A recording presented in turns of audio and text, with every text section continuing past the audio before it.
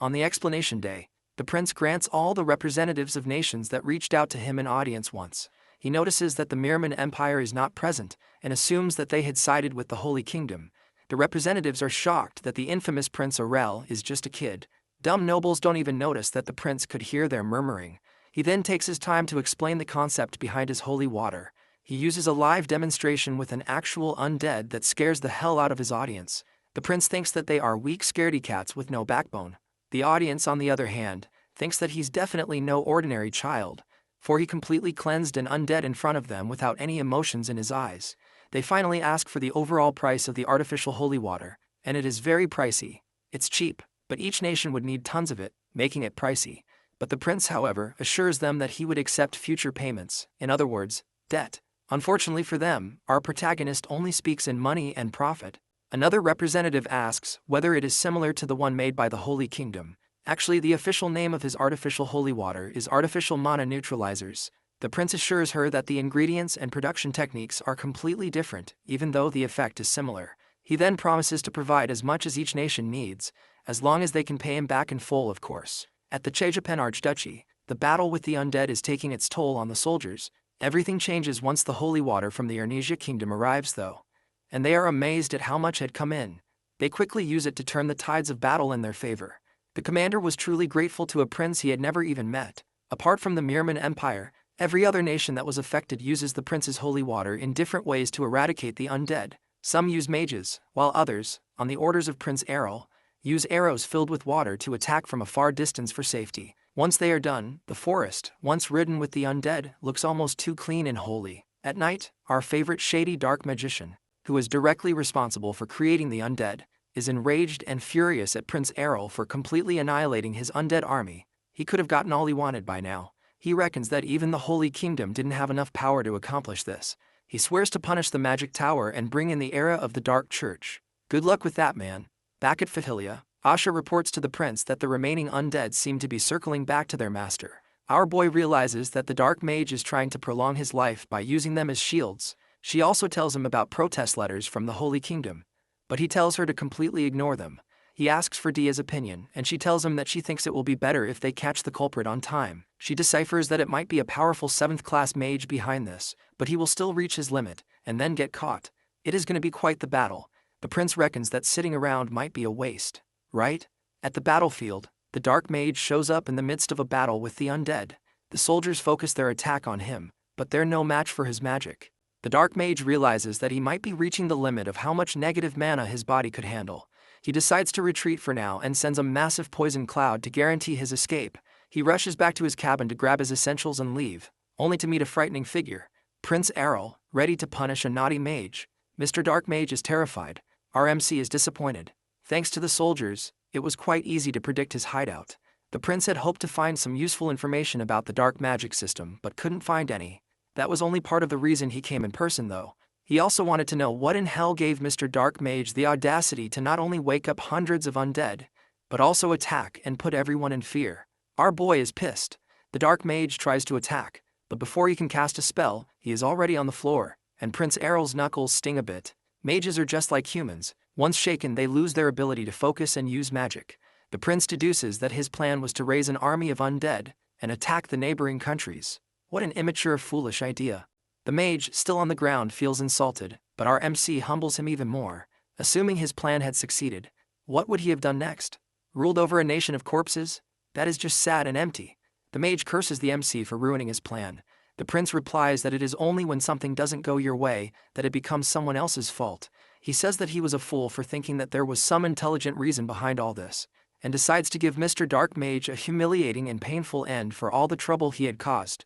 The Dark Mage refuses to go down without a fight and awakens his biggest undead to fight for him. Our prince is disgusted. The undead is a zombie made up of the parts of carefully selected powerful dead soldiers. It's Frankenstein all over again. The prince thinks about how to exterminate it but doesn't want to get his hands dirty. Germs are real, people. He has an excellent idea. He uses magic to simply purify the zombie. The Dark Mage couldn't believe that the boy in front of him just used a magic sacred to the saintess of the Holy Kingdom. The prince doesn't get why he is so worked up. It isn't even exactly purification, and it's less powerful than the original. Maybe these saintess peeps were just weak. Well, that display completely shatters the dark mage's confidence, and he resorts to begging and bribing.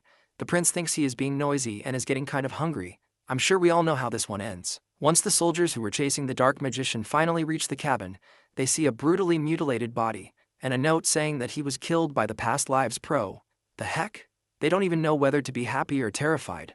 The subjugation force, which consists of soldiers from different nations, had triumphed over the dark mage. Of course, they couldn't tell the public what the mysterious past lives pro had actually done if they wanted children to sleep at night. Everything is finally beginning to get back to normal. Even the city construction. The prince is still disappointed that he couldn't get any information on the dark church. Even after pulling out the dark mage's memories, he decides that when he reaches that river, he'll know how to cross it, and wonders if he should laze about again today as usual. At the Zelnian Holy Kingdom, the High Priest Pelzen is furious and claims that Prince Arel and his people are falsifying their god's grace. He turns to the Saintess, Nilvenia, and she shuts him down immediately. For now, their stance is to prioritize the lives of people, so she commands him to stop doing things that are pointless. First they deal with the Mirman Empire, then Arel Ernesia. He has to be checked out, especially after pulling a stunt like that.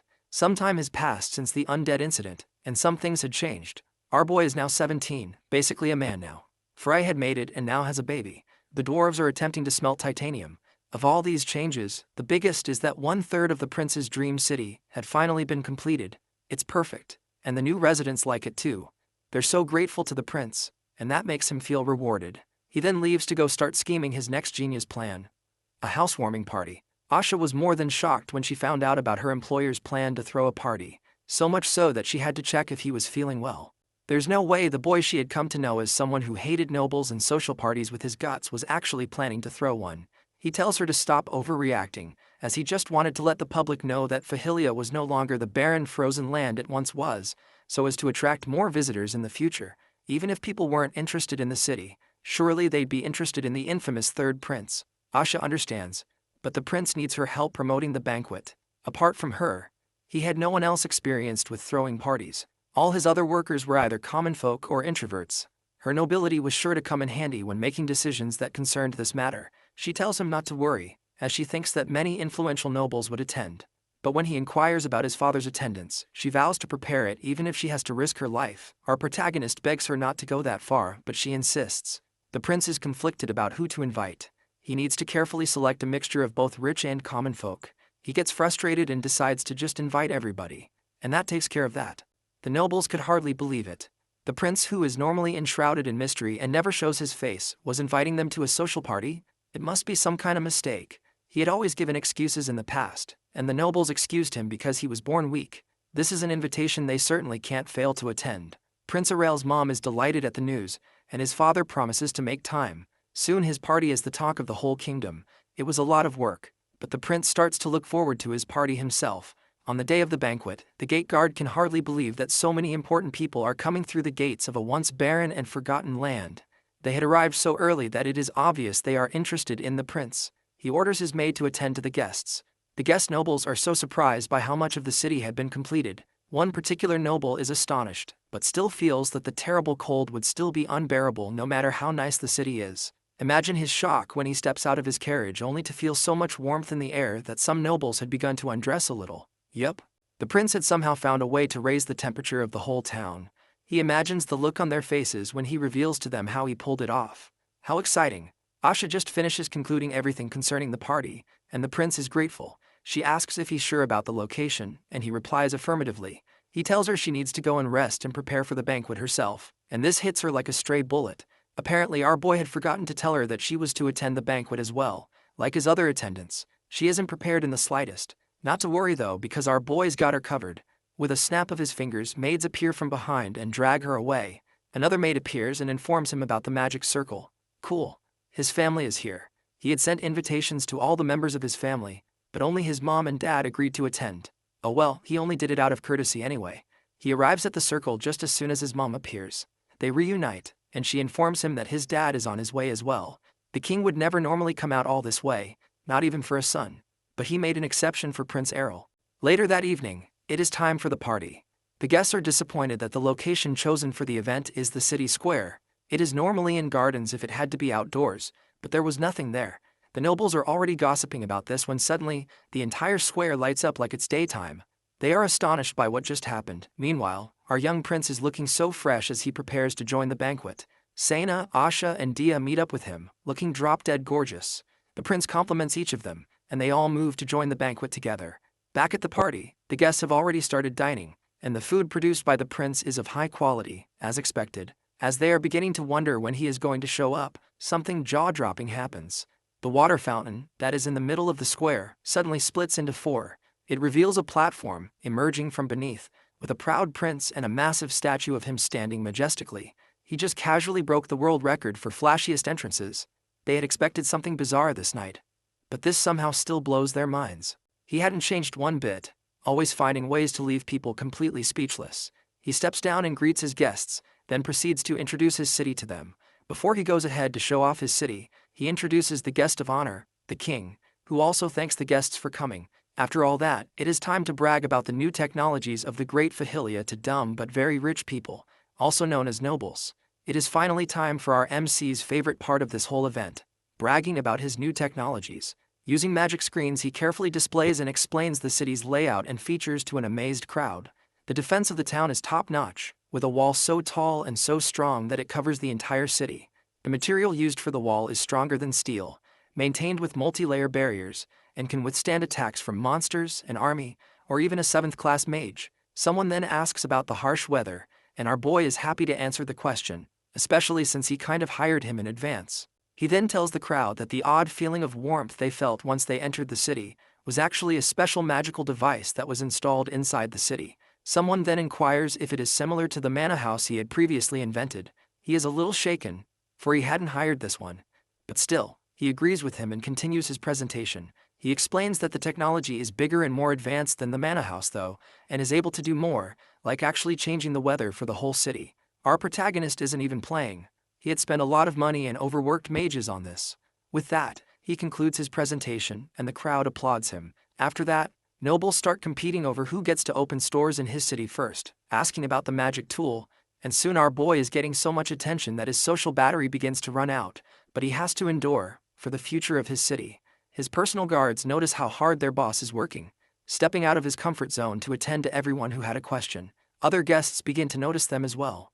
3 beautiful girls, rumored to be stronger than even the Knight Commander. One of them approaches Asha with the request of having a dance, but she politely declines with the excuse of being on duty. The prince, who is watching, wishes his guards would loosen up a bit. It's only a matter of time before his own predator locks onto him as a target. She asks him to dance, and the prince, who always thought that it was men who asked and not the ladies, is surprised. He then notices his mom staring at him with a beaming smile that commands him to dance right away. It's a trap. He doesn't want his mom to get worried, so he agrees to dance anyway. Plus, he can't be misinterpreted as a fool. He politely tells the girl that he would grant her only one dance, as he was not much of a dancer. The lady appreciates his meekness, and he interprets her as a social pro. Unfortunately, she doesn't know that the person she was dancing with was a pro of many lives who had mastered various techniques and dance moves, swinging her with such elegance. A real Michael Jackson. Other girls are so jealous, but he couldn't act too shy in front of his guests. Once he's done with her, the girl can hardly stay on her feet. He asks for another partner for the next song, and he is not short of fangirls. Once he's done dancing and somehow managed to escape the clutches of his fans, our prince is completely exhausted. Sana points out that no one asked him to go that far, and he makes it clear that he wasn't enjoying himself. He turns back only to see a long line of ladies still waiting to be swept off their feet. He can't do this much longer. He then turns to Asha and has an idea. He asks her to dance with him. He had previously noticed that she wasn't really enjoying herself. He tells her to save him from those women and dance with him a little. She can even call it an award for helping him plan this event. A dance with a prince, especially an introvert like him, wasn't common. She agrees, but worries that she's no longer confident in her feet. The prince tells her not to worry and promises to teach her along the way. With that, they come together in song and dance. The prince and his guard dance so beautifully well, and he keeps his promise to her by teaching her steps as they move. He compares dance steps to fighting moves and tells her to glow with the flow. The envy oozing from the female crowd is so thick you could probably chew through it. You can't blame them though. The prince and his partner Asha look so perfect as they go. After all that, the prince's social battery finally dies and he is mentally exhausted. Just then, he notices some shady-looking people at his party. Datta comes to report to him, but he already knows that some uninvited guards had entered his party. Asha and Sana join them, and Sana suggests they take care of it now, but our MC has a better idea. He tells them to follow him at a distance. As he grants his new guests an audience, they try to protest, but the prince knows one of them. He calls him a prospective client. After he leaves the party at distance, the prince turns and identifies the person who had followed him out as the Magic Tower Lord, Helman Melnia. Helman is surprised that the prince could recognize him and apologizes for the late introductions. He inquires about how the prince recognized him, and our boy reveals that he had recognized him as the fellow who surprised him with the question of the Mana House back during his introduction of the city. Arel reveals that he never thought someone as great as the Magic Tower Lord would accept his invitation, and had always thought that he hated him. As per requests from the Holy Kingdom, he had deliberately poked at a sensitive topic in a bid to try and test the young fellow. But Helman humbles himself and replies that he never accepted any such requests. Turns out that the prince actually knew that he wasn't lying, and the poor magician is just glad that there is no misunderstanding. To be honest, the prince hadn't expected the Lord of the Magic Tower to be a lot older, but after scanning his mana amount, he can't deny that he is the real deal. Helman praises Prince Arel, but he attributes the credit to the magicians, even though he came up with the idea originally. The Lord then inquires about why the prince came out all this way just to have a chat, and the prince reveals that he had something to chat about in private. But before that, he inquires whether the new friends that had just joined them were his, because they didn't seem to carry an invitation. The prince wonders why dark magicians always wear black, as if they were actively trying to announce that they are shady people. The new friends had come to casually kidnap the man who interfered with their comrade's plan, and the man who'd interfere with them in the future, aka the prince and his buddy Helman. Arel begins to wonder if he had made enemies because of his holy water, and the Lord blames himself for allowing cockroaches to slip into the event. The dark magicians start casting a 7th class spell, but before they could finish, Helman whips out an 8th class spell that sends them 10,000 feet in the air, and crashes to their doom with ridiculous speed. He didn't kill them, but that definitely hurt a lot. The prince admires his strength and apologizes for using magic without permission, but our boy doesn't mind free entertainment. Helman then notices the prince's guards that had been following them all this while on standby. He asks if he could deal with their friends on the floor, and the prince happily obliges. After that, they begin their chat, and the prince reveals to him that he needs manpower from the Magic Tower. Helman asks what his intentions are, but the prince can't reveal them yet. The Lord would like to accept, but needs time to convince the others. The prince understands and promises to contact him officially. He then turns to leave, but the prince suggests that he stay and enjoy the banquet a bit longer. Unfortunately, he can't, as he has a lot of work to do and needs to have a fun chat with his dark magician friends. He leaves using teleportation magic, and the prince is wary of how he did it so openly, even after he had barriers installed. Back at the party, the king had been waiting for his son and inquired about his whereabouts. Well, he had a chat with the Magic Tower Lord and watched him beat sense into some dark magicians, but he obviously couldn't tell him that. The prince reckons that for his dad to stay out waiting for him, he must have something important to say. The king praises Arel for his resourcefulness in building the city. He then asked him for the last time to return to the castle. The prince politely declines and he accepts his response. He reckons that it might even be better for his son to stay here and be free, and is relieved. He then reveals that his brother, Prince Jael, actually wants him back. It is time to make a decision. The prince reckons that it is because of throne inheritance. Jael had come of age, his reputation had increased during the war, and he had received the support of so many nobles.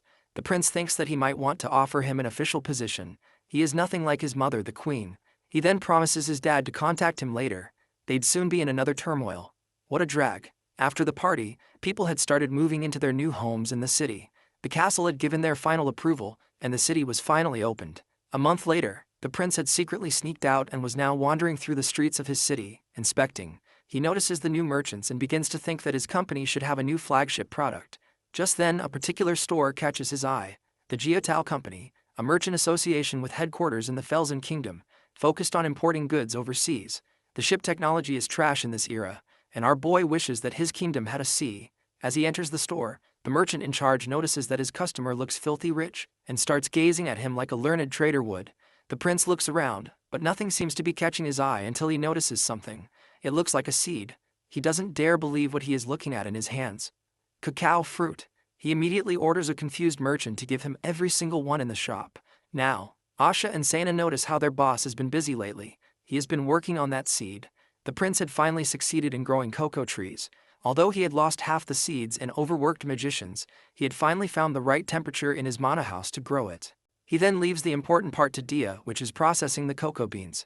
This might be a waste of magic, but our prince doesn't care. Dia uses her magic to turn the beans into cocoa powder, and once the prince promises to give her the first taste as a reward, her speed increases. He then adds sugar and prepares it, and soon he obtains mouth-watering chocolate. It's been a long while, because there was no chocolate even in his previous life. Oh yes, chocolate. He has never been more glad to have been reborn again. He calls Asha, Sena, and Aiken, the dwarf leader, to help him taste his new products, chocolate snacks. He needs them to help him decide the best snacks to use as a flagship product. Asha thinks that cookies and bread would be very popular among the children. Sena thinks the chocolate fondue is the perfect combo of sweet and sour. The grumpy Aiken doesn't like sweets though, and prefers the bitter whiskey bonbon, probably because of its high alcohol content. Blacksmithing is hard work, so they need the calories. Anyway, they all agree that any of the snacks would be a good flagship product. But the prince is confused as to why they want to leave when the tasting had just begun. The trio watches with terror as maids appear with tons and tons of chocolate snacks. Apparently the prince had gotten a little carried away while he was cooking.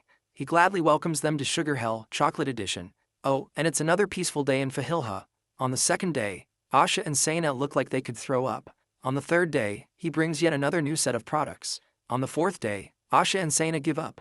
Even Dia, the foodie, passed out, and Aiken had long run away. Our pro thinks that maybe feeding them only chocolate for 4 days was going a bit overboard, and his guards strongly agree.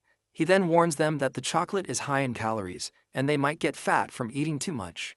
They all of a sudden develop excuses to go train or exercise. They won't even look at another chocolate for a while after this. The prince doesn't gain weight though, so he doesn't have any problem eating more. Their sacrifice was not in vain though. For that is how chocolate, which had given his strongest personal guards nightmares, became the new flagship product. Stores with chocolate products start opening up, and the people who were unfamiliar with it at first start obsessing over it.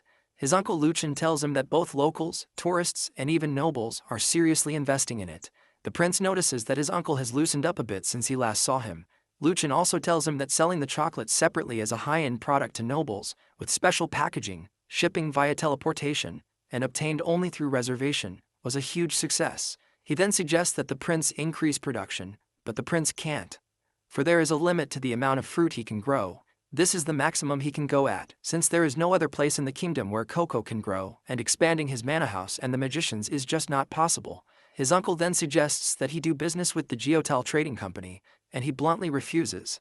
They had openly displayed interest in doing business with him. And technically the cocoa fruit he used was theirs, but the secret recipe and production techniques are still his. He ordered his uncle not to negotiate with them. He only made chocolate for his personal enjoyment, and was never planning to turn it into a grand business venture. He had made a mistake while making paper, didn't watch his competition, and that led to a war. If he repeats that mistake, then he is no reincarnation pro. He is going to keep an eye on them, till the very end. Meanwhile, the popularity of chocolate keeps growing, especially within the noble women. The prince had written to Lady Carrot, Haya's mother, since everyone already knew there was a connection between her house and the third prince. She cleverly introduces her friends to it, and they introduce their friends to it, and that's how the fame keeps growing. This attracts Geotel, the CEO of the Geotel Trading Company, and she asks after the producers of the infamous chocolate while cleverly distracting them with goods she bought from overseas. Unfortunately, she couldn't get any useful information from them and brushes it off. On her way home, she is tired of pleasing nobles, but her attendant reminds her that that is the only way they can enter their territory. She asks whether Arel's company had replied, and the attendant tells her that the prince has no intention of working with them. Geotal finds this odd, and regrets not knowing that useless seed was a treasure. She reckons that the magic tool that controls temperature could be the reason, but it obviously won't be enough to produce in large quantities. She is confused as to why the prince refuses to work with her, but Prince Arel only developed chocolate for his personal enjoyment, so of course she didn't understand. She commands her attendant to keep making requests that may attract the prince. Luchin informs his nephew that the Geotal company is getting desperate, but our boy really doesn't want to deal with them. He tells him that the owner would like an audience, and he reluctantly agrees. No harm in just chatting over a cup of tea, right? On the day of the appointment, they meet. The prince makes it known that her frequent requests were disturbing him and his uncle, and she apologizes for that. He had wanted to test her with that, but she kept her composure. He then asks her to state her proposal, and she does, emphasizing how her company was the best in pioneering the sea and delivering in large quantities. But the prince already knows all this and tells her that it has nothing to do with why he doesn't want to join her. The matter of the fact is, if he allows this deal, it would mean that she would be his only source of supplies. In other words, she'd be in control of his company. The prince had hit her with a death question. The truth is that if the Geotal company was the only source of raw materials for his company, He'd be at her mercy if she ever decides to stop supplying or increases the price ridiculously high. She tries to protest, but the prince tells her that if she were a good businesswoman, she would have at least thought that far ahead, and she did. It is obvious considering how desperate she is. She finally inquires if he had any plans of expanding the business, and he turns the question back to her, asking her what she thought. As he awaits her reply, he uses magic to scan her aura and discovers something. She finally gives up and asks if his mind will change. He doubts it, but promises to hear her out at least if she has a better proposal. With that, she leaves disappointed. After she leaves, Luchin expresses his surprise that Arel didn't accept her proposal. Arel tells him that he had been considering it, for she had a good reputation and seemed sensible, but he just has a feeling that he can't work with her. The truth is that when he had scanned her aura, he noticed something foul and corrupted, beyond the normal private merchant agenda, and concluded that she wasn't an ordinary person. He then orders his uncle to look into her business. Back at her base, Geotal is beyond frustrated and wonders where she went wrong in her proposal. She knows she didn't make a mistake, and her deal was appealing. As she takes a smoke, her attendant then suggests that he might have caught up to a secret of theirs. But she uses a death stare to cut him off and warns him to watch his mouth. There is no way he could have noticed anything. She says that it is reckless to fight him head-on, but she hasn't yet. After all that, our nonchalant MC lazes about as usual on the field, and wonders what he should do with Frey, who has given birth to 5 baby griffins. It would be difficult to just keep them at the palace, so he wonders if he should sell them, and then decides to get other opinions first. Asha suggests that he send them back to the wild, but the prince worries that they may grow up and become a problem to the citizens, and they are still monsters. Plus, they had gotten spoiled in the castle, so he fears that they may not be able to survive in the wild on their own. He begs Asha to take at least one, but she refuses, because there is no space in her mansion. So it's a no from her. Sena also can't help because although her people are strong, raising a beast like that requires funds, which they currently lack. The prince had forgotten that horse meat, which is the griffin's favorite food, wasn't cheap, so it's a no from her too. Dia suggests they cook some, and so it is an immediate no for her as well. As he is about to give up, he asks an obviously busy and grumpy Aiken, who suggests that they help pull carriages instead of horses. The prince doesn't think a baby griffin can pull a carriage, but that gives him an idea. They may not be strong enough to pull carriages, but they can at least transport small stuff like jewelry and precious goods to nobles. And using flight is much safer than land. So he comes up with griffin delivery.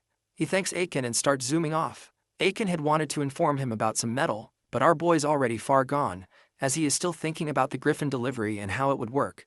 An urgent letter arrives for him, and from the expression of the messenger, he can tell that it's not a nice, just checking in on you letter. Once he reads it, he laughs really hard and rips it to pieces. He has been expecting tricks from her.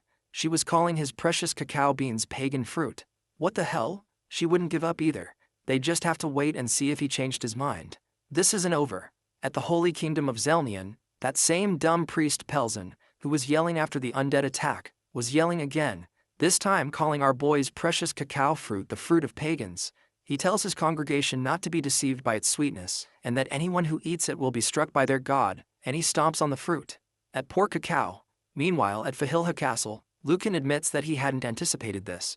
The prince always knew that they had it out for him, but he never thought they'd make a big deal out of plain chocolate. He attributes it to the Geotal Company, but he didn't know they were connected to the Holy Kingdom. Luchin inquires as to why the Holy Kingdom would side with a trading company. The prince thinks it's a bribe. Either way, they might not be immediately harmed now, but they have been denied the right to export chocolate. Although the prince has no plans of exporting for now, he reckons that Geotal's plan was to make sure they could only export through her, and if they don't reply, she'd probably push public opinion further. His uncle suggests they file a complaint, but the prince doesn't think that would work. That doesn't mean he is going to let them go scot-free though. An evil smirk finds its way onto his face, and his uncle is getting worried. He knows that face. His nephew is plotting something diabolical and evil. Our protagonist always had the policy of not messing with innocent people first, but now they've gone ahead and crossed him, so he finally has a reason to crush them. Luchin realizes that his nephew had actually been planning to swallow them from the beginning, and those poor fools finally gave him a chance to pray for them. The prince is overwhelmed by the idea of controlling ships and the knowledge to operate them. That has been his goal from the very start. He tells his uncle to hurry up with the assignment of looking into the Geotal Company, but Luchin complains that it takes time. Well, in that case, our boy has another idea. Back to the Holy Kingdom. Mr. Yelling Priest Pelzen is thinking about how his followers are pigs that get excited over a few words. Just then, he runs into Saintess Nelvinia and starts glazing her. Talk about hypocrisy at its lowest. He commends her for her hard work, but she replies that she has to work hard. Since the last holy king had died and there was still no revelation from their goddess, she had taken over the duties of the king, like politics and negotiations. He then prays that the revelation comes soon so that she can be relieved. All this is trash, by the way. For the truth is, Pelzen knows that she conveniently took the throne and refused to speak even after receiving the revelation. He is only following her because he knows that she is extremely powerful, both in purification and repelling all mana. It is simply better to follow her rather than oppose her. He is not really interested in the politics anyway and is comfortable making money where he is. Nelvenia then confronts him about his speech concerning the cacao fruit. He politely reminds her that it's not under her jurisdiction and asks if there is a problem. But she replies that she was just curious as to who he heard it from.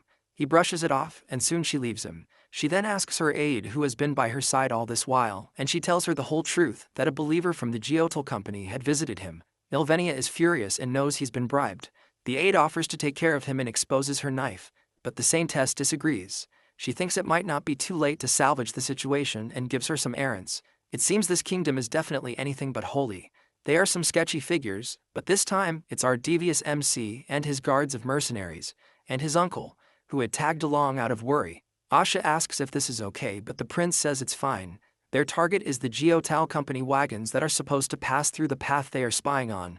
Although the investigation had been unsuccessful, he still knew they were definitely smuggling something, so he just wants a little peek. He had come up with many alibis and even real bandits to take the blame. Lucian expresses how his mother would faint if she ever found out about this. Just then, the wagons appear and the prince tells his guards to go but commands them not to kill. They attack, and sure as hell do their acting job well as fake bandits, so much so that the prince has to ask Sena if they were actually real thieves from her hometown. Once they secure the drivers, they go over to inspect the goods. At first glance they look ordinary, things like fruits and fur, but the prince discovers a hidden space at the bottom of the carriage. He tells Sena to kindly destroy it and they're both shocked at what they find. Salts. It surely can't be just salt, and they're right. Lucan identifies the rest as medicines with hallucinating effects, and products that were prohibited from importing. In other words, hard drugs. They had got them this time. But the prince isn't in a rush to report them. He reckons that there is a whole web chain of lords involved in this. The most important thing is that he teaches her a lesson and shows her what fair game is. At the Geotal company affiliated store, the merchant realizes that they have fewer purchases than usual, even though they have better prices than most. He then reports to his boss, Geotal, that the prince's company was purchasing the same products they normally buy at a higher price in all of their branches. Geotal worries that this might develop into a big problem in the future. She can't believe that Arel would make this kind of move, even going as far as accepting losses. The merchant suggests that they report him, but she can't. She knows that our boy is a genius and knows that he won't take this level of risk unless he has sufficient grounds to get away with it. She then remembers that their wagons had been attacked and attributes it to the prince's doing. This was beyond normal retaliation. She needs to speak with him immediately. She doesn't know if he'd accept, but this is the only way they'd survive. Geotal sits for hours waiting for the prince. He finally appears and asks what her business with him is. She says that he knows the reason, and he agrees. He was thinking of confronting her, but he thought she'd run away by now. She then replies that shutting her business down would be the same as death for her. She goes on to ask him the reason for his revenge. He then denies having any revenge, but says he's just playing a little prank. If that's his idea of a little prank, then they have vastly different ideas of what the word means. He then reveals all the secrets of the Geotal company to her, gotten from a well-intended informant, aka Nelvenia's aide. He tells her that he isn't even doing this because of the cacao fruit criticism anymore. She had crossed too many lines, and it was simply time to teach her a lesson. He then asks her how far she'd go for money. She tells him that money is the only goal for a merchant. The prince really pities her if that's how she really feels. Welp, in a sudden change of mood, the prince happily agrees to change his mind and offers her a deal. She just has to hand over her business to him, and all will be forgiven. Of course he won't leave her in the streets. Geotal can't believe her ears. It has to be some kind of expensive joke. Did he really think her company was cheap enough to be sold over a little smuggling? He totally agrees with her. Smuggling isn't enough. So he thanks his stars that he didn't only catch her for smuggling. There's also bribery and, the icing on the cake, treason. Who would have known she was partially involved in the conflict of some small country? She really would do anything for money. She stops him short and inquires how he got this information. But our boy doesn't kiss and tell. Let's just say there was a particular saintess involved.